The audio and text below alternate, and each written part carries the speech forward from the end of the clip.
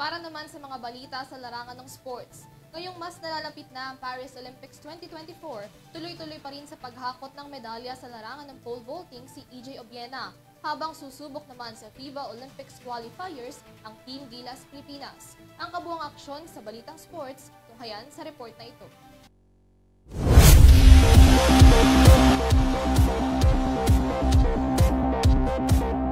Habang patuloy na naghahanda para sa kanyang nalalapit na paglahok sa Paris Olympics 2024, hindi pa rin nagpaawat si world second pole vaulter at Paris-bound EJ Obiena sa pagsungkit ng panalo mula sa iba't ibang mga kompetisyon.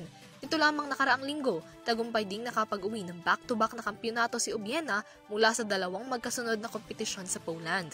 Tagumpay niyang nasungkit ang ginto mula sa Irena Zewinska Memorial noong Biyernes matapos makapagtala ng record na 5.97 meters. Gintong medalya rin ang napasa kamay ni Obiena sa Memorial Czesława Cybulskiego nitong linggo sa record na 5.87 meters. Nakatakdang lumahok si Obiena sa Meeting de Paris leg of the Diamond League ngayong Hulyo habang hinihintay ang pagsisimula ng Paris Olympics. Samantala, handa ng lumaban ng Gilas Pilipinas para sa FIBA Olympic Qualifying Tournament matapos din ang naging panalo sa Tune-Up Games kontra Taiwan Mustangs nitong Lunes.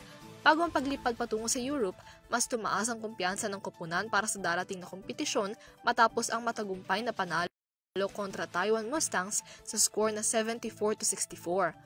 Ayon kay Coach Tim Cone, malaki ang kontribusyon ng mga ganitong laro upang mas maihanda pa ang Team Gilas para sa darating nitong laban na kakalabanin agad ang world number 6 Latvia at number 23 Georgia sa darating na Olympic qualifiers.